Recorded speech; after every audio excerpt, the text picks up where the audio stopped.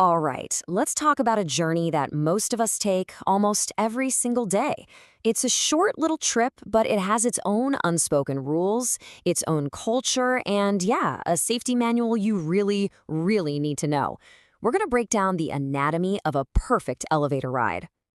So think about it for a sec. What's that one trip you make all the time? It's not your commute to work, probably not even a walk to the corner store.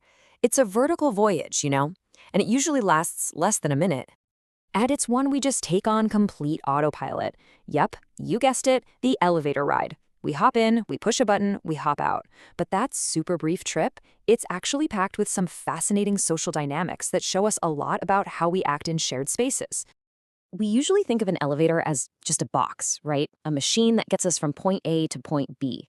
But what if we thought about it differently? For those 30 seconds, it's like a micro society. We're a little community in a box, and everything we do directly impacts everyone else's comfort and, of course, their safety. So here's what we're going to cover. First, we'll dive into why this is a shared social experience. Then we'll get into the nitty-gritty of etiquette, before you get in and once you're inside. We'll also walk through what to do in an emergency, and we'll wrap up with how each of us plays a role in building a better elevator culture. Okay, first up, let's lay the groundwork here. This isn't just about being polite for the sake of it. Honestly, every single ride is a chance to contribute to a smooth, respectful, and safe environment for everybody in the building. You can think of it like this. Every little action, whether it's holding the door or maybe impatiently shoving past someone, it creates this ripple effect in this tiny temporary community. Our goal? It's simple. Let's make that ripple a positive one. So where does the perfect ride really begin? It's not when you step inside. Nope, it's while you're still standing there in the lobby. How you act out here really sets the tone for the entire journey up or down. There are basically three super simple rules for waiting. First, and this is a big one, stand aside and let people get off before you try to get on. Then, when it's your turn, just press the call button once. That's it. And while you're waiting, try to keep your conversations at a low volume. A calm lobby makes for a way better ride. And hey, this is a little PSA for anyone who's ever, furiously mashed that call button thinking it'll speed things up.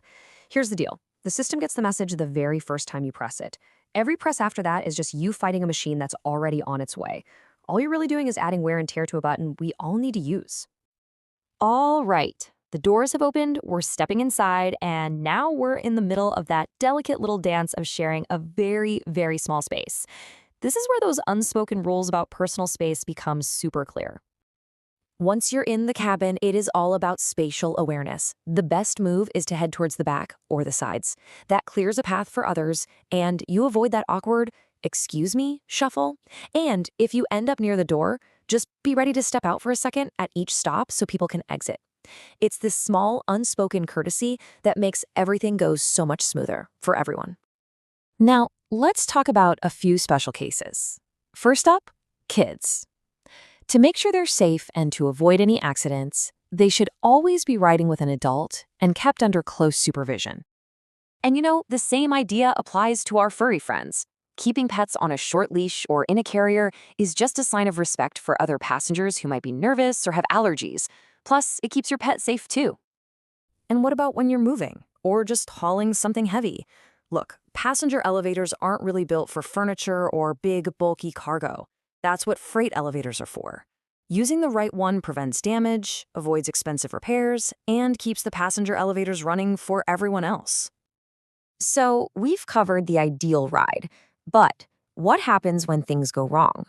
Elevators are incredibly safe, but in that super rare event that it stops, how you respond is absolutely critical. Before you do a single thing, just take a breath. Panic is your enemy here. It just clouds your judgment. That elevator car is designed to be a secure, safe box, and believe me, help is on the way. Your only job in that moment is to stay calm and follow the procedure. So here is that procedure. Step 1, stay calm. I promise there is plenty of air in there. Step 2, use the emergency button. That'll connect you directly with a response team. And step 3, and this one is absolutely non-negotiable, never try to pry or force the doors open. That is how people get seriously hurt. You have to wait for the trained professionals to get you out safely. And this brings us to a really important point. Knowing what to do in a crisis is, of course, essential. But real safety That's proactive. It's something that we all build together with every single ride we take. This last part is all about recognizing our own power in this situation. Creating a safe and pleasant elevator environment isn't somebody else's job. It is a shared responsibility, and every single passenger has a vital part to play. And you can contribute in three really powerful ways. First, just be a role model. Good etiquette is surprisingly contagious. Next, teach the kids in your life the basic rules of safety and respect. And finally, be the building's eyes and ears. And this part is so important. If you ever hear a weird noise or feel a jerky movement, tell the building management right away. That one little observation from you could help fix a small problem before it ever becomes a big, dangerous one.